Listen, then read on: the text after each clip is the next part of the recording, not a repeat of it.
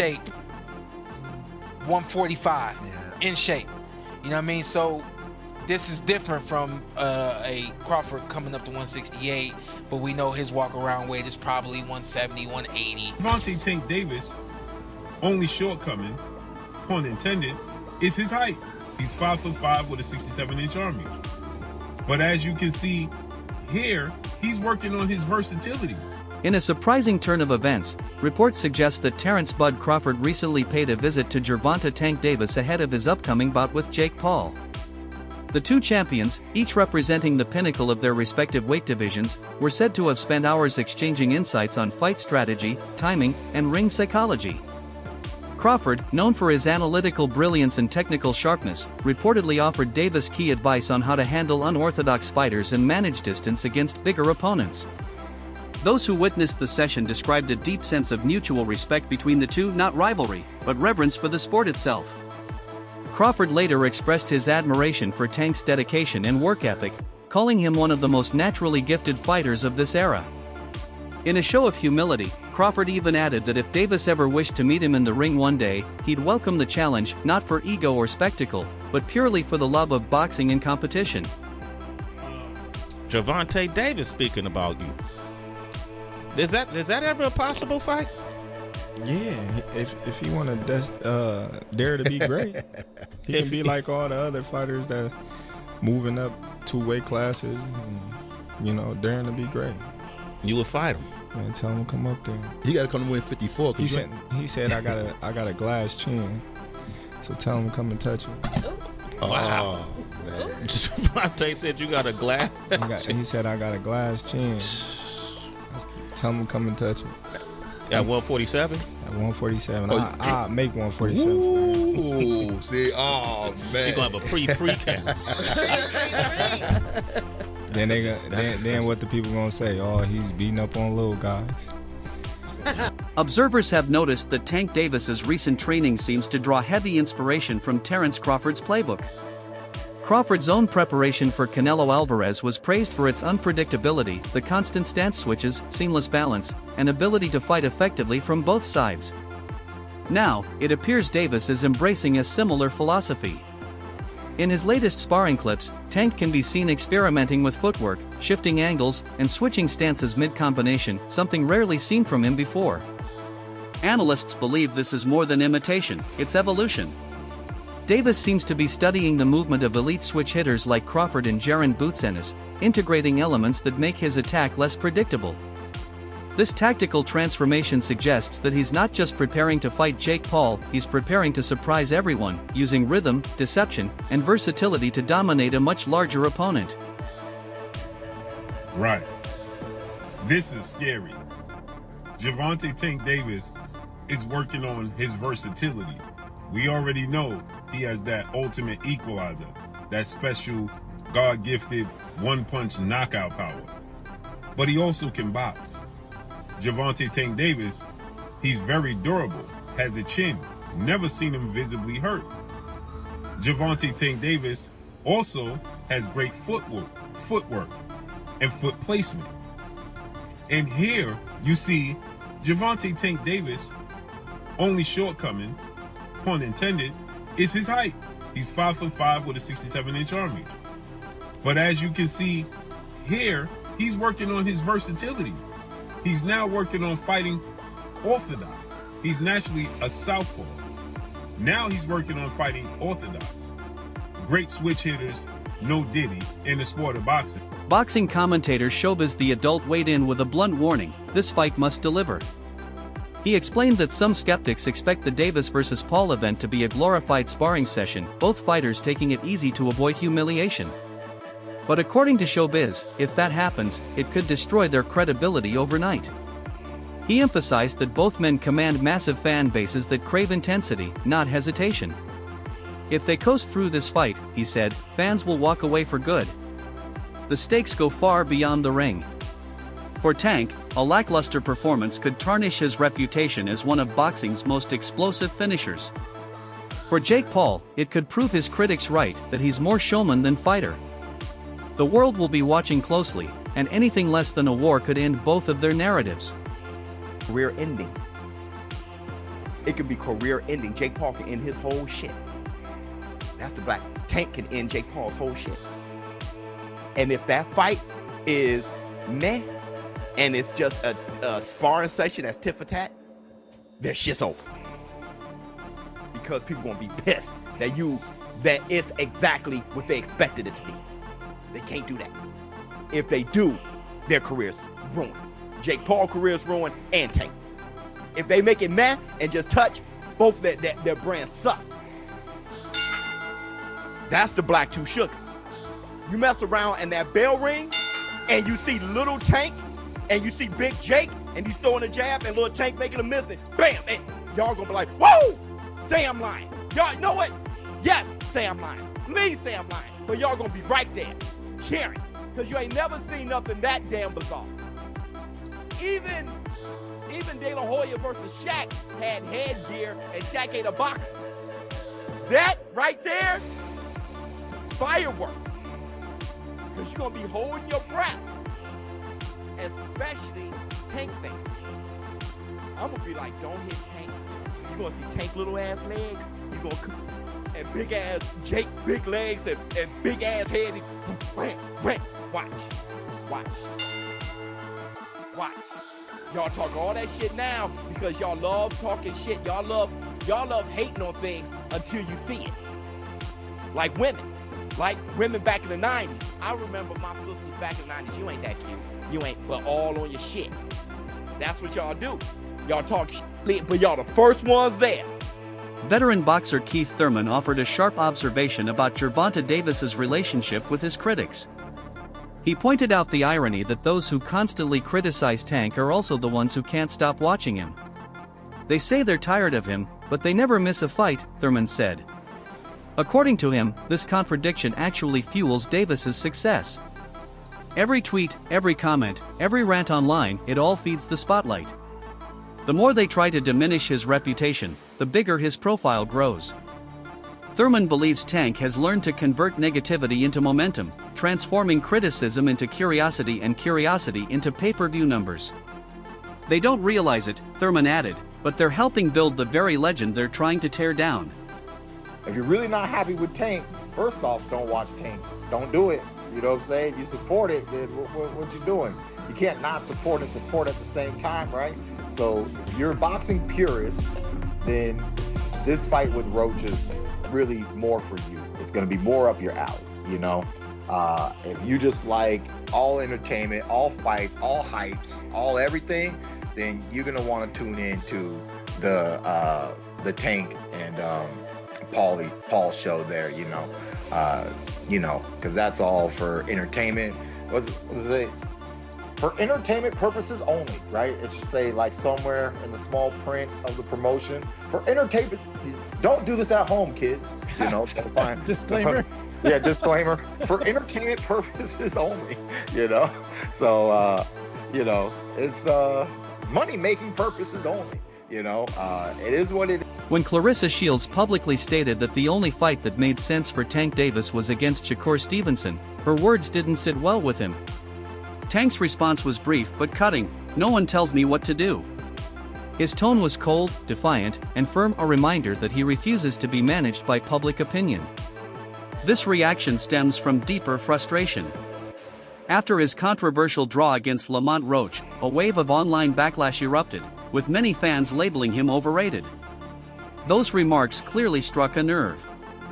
Since then, Tank has made it clear that he's done living for others' approval. "I fight on my own terms," he told reporters. His attitude now reflects independence and resilience, a fighter who's fought his way from humble beginnings to global stardom, now determined to protect his identity as both athlete and man. It says that, you know, pretty much the only people that can beat him is Shakur Stevenson, and I don't know who else he said. He said she thought that at a point in time that Devin Haney could beat him, but now she doesn't believe that. But so really the only fight that there is for Gervonta Davis is Shakur. What a mighty, mighty convenient argument.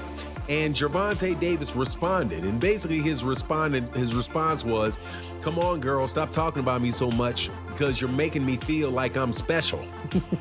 Right? So he pretty much just, you know, kind of blows it off.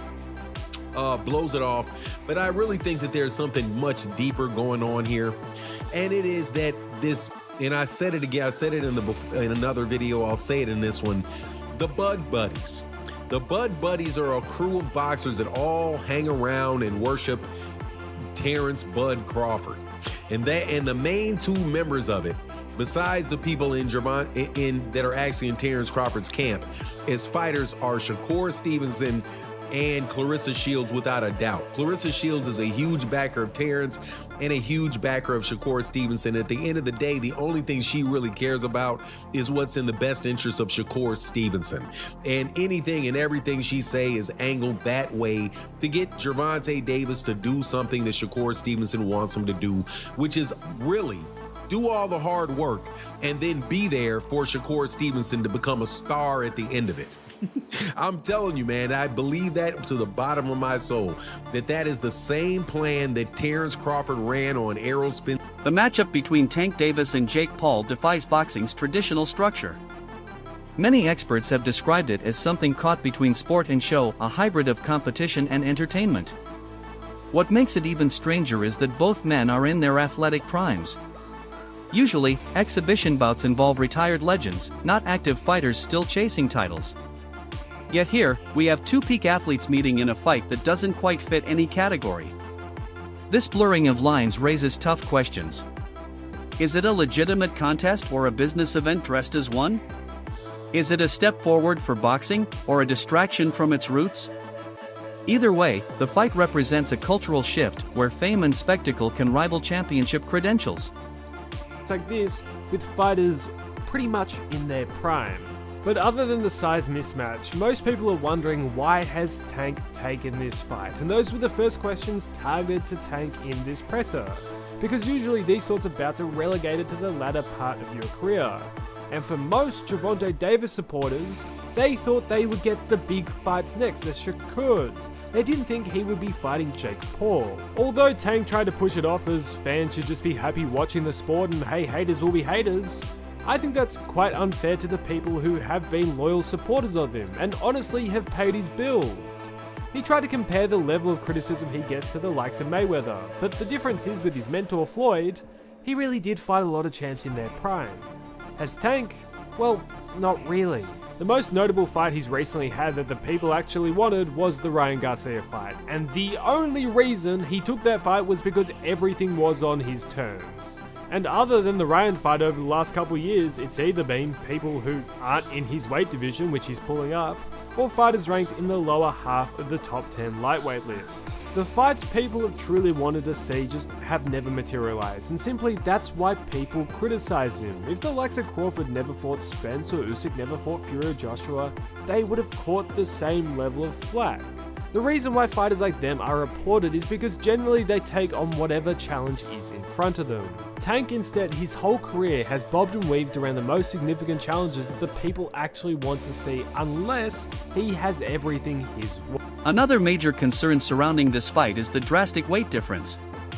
Jake Paul walks around close to cruiserweight size, while Gervonta Davis's natural fighting range is between lightweight and super lightweight, a gap of nearly 70 pounds. That kind of disparity breaks the fundamental rule of fair boxing, balanced through weight divisions. Weight classes were created for safety, to ensure that skill could compete with power on even terms. If such mismatches become normalized, critics argue, the sport risks losing its structural integrity. Even if the event is labeled an exhibition, the physical danger remains real. Jake's power advantage could make this matchup risky for Tank, and unfair by competitive standards. Yet, both men seem determined to proceed, driven by pride, attention, and the lure of history making headlines. But assuming there's no rehydration clause, which I don't believe there is, he'll probably weigh around 215 pounds in the ring. That means there's a sort of a 60 to 70 pound difference between the two men in the ring on fight night, which is absolutely enormous. There are weight classes for a reason in boxing, And this is the sort of thing that is typically not allowed or permitted. And like I said in my intro, it goes to the heart of that key question in boxing, which is how big is too big? It's the reason that the pound for pound list exists, where we kind of imagine if everybody was the same size, who's the best, who's number one? And it's a debate that rages on and on and on. And so when I see a fight like this, I think the hardcore boxing fans, generally speaking, have felt frustrated by it. Yes, because we want Gervonta Davis as part of the actual sport, competing for world titles against the other elite guys in his weight class, but also because if he gets knocked out and loses to Jake Paul, it creates this illusion that Jake Paul's much better than he actually is. And so I guess the question for me is, can Gervonta Davis beat Jake Paul, or will Jake Paul simply be too massive? Can Jake Paul use his size, or will Gervonta Davis simply be too skilled? What's the answer here? And in trying to answer this, I looked to history, and there's one fight that immediately popped out of my mind, and I thought, I wonder what the size difference was there. In fact, it may even be more significant, and it was, and the small guy won. Some of you might be thinking about it right now. It's when David Haye took on the monster, the absolutely ginormous human being, Nikolai Valuev. I think it took place around 2009. So at the time, I was literally a teenager. I didn't have a clue what I was looking at, and I'd fully bought into this David versus Goliath story. But I think it's an excellent example here to draw comparisons between the Gervonta Davis-Jake Paul fight to try and understand whether or not this is a good template and blueprint to try and predict and understand what the size difference might look like in the ring. Now, David Haye was 6'3" and was 217 pounds for the Valuev fight, whereas Valuev was 7 foot tall and weighed 316. Ultimately, the result of Jake Paul versus Gervonta Davis goes far beyond who wins or loses. It's a referendum on the future of boxing itself. If Jake Paul wins, it could accelerate the rise of influencer-driven events, fights powered by fame rather than merit. The industry might start favoring showmanship over skill, with championships taking a backseat to viral appeal. But if Tank Davis dominates, it could reaffirm the importance of real technique, discipline, and legacy. His victory could remind fans why boxing's fundamentals still matter, why timing, defense, and ring IQ can overcome size and flash.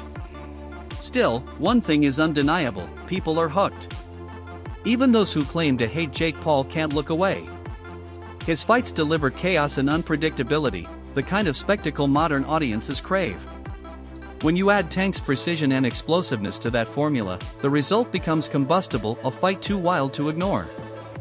Purists hate it, the algorithm loves it, and both will watch. It's not just who wins, it's what wins. Will the entertainment value or the ring IQ come out on top? Because if Tank dominates, the meme dies. Jake Paul survives or hits it big, we see new rules are going to be written in real time. Me, you, maybe everyone at some point has been that bigger guy, thinking that I'll just bully him. Jab, slip, liver shot, sat me down real nicely. Size helped until it didn't. All I'm saying is, let's not dismiss something because it looks weird. Many fights get decided by the details. Feet before fists, timing before muscle, discipline before clout. Look, Tank wins if he stays Tank. He's built on patience, traps, explosive counters. That's hell for a tall guy who gets eager. Jake's long jab is the gate, but Tank's head movement is the key. Once he times it, the door's getting open and the furniture is going to get rearranged. Think locksmith versus padlock. Big padlock looks scary until the right tool clicks once. Jake throws that overhand like he's bowling with the shoulder. Effectively. Promoter Eddie Hearn offered perhaps the most sobering perspective. Boxing and entertainment are two different things, he warned. And when you mix them, the sport loses its identity. Hearn described the Davis-Paul bout as a business event disguised as a fight built for headlines, not history. To him, it's part of a dangerous trend that prioritizes clicks over competition. He cautioned that if fans continue to embrace these kinds of events, genuine boxing could suffer irreparable damage.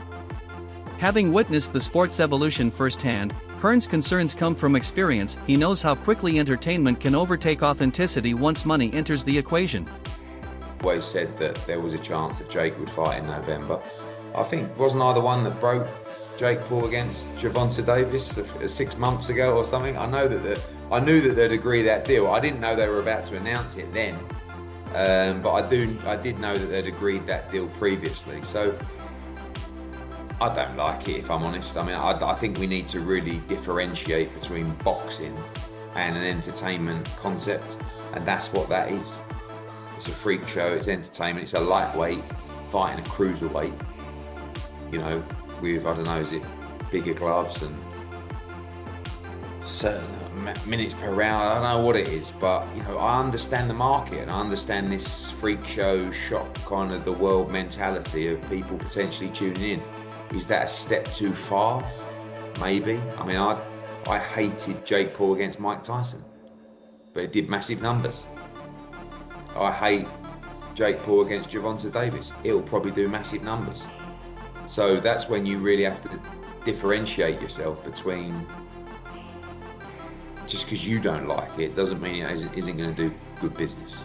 Former world champion Sean Porter gave a more personal insight into Jake Paul's rise. According to Porter, most fighters accept Jake's offers for one reason: the payday. The financial incentive is massive, and few can resist it. Yet, he believes Jake still hasn't earned deep respect within the boxing community. People admire his hustle, Porter explained, but not his boxing. True respect, he argued, comes from facing elite opponents and earning victories through hardship, something money can't buy. This fight, he says, exposes the direction modern boxing is taking, where business often comes first and legacy second. For Jake, it's a chance to prove he belongs among real fighters. For Tank, it's an opportunity to show that his brand, built on discipline and raw talent, can thrive even outside traditional boundaries. It's a meeting of two worlds, one built on substance, the other on spectacle, both chasing dominance in the ring and beyond. I like when it's all said and done and when you guys go off, they go into the next man. So if y'all can make a big payday, go get that payday. The sport of boxing don't love you.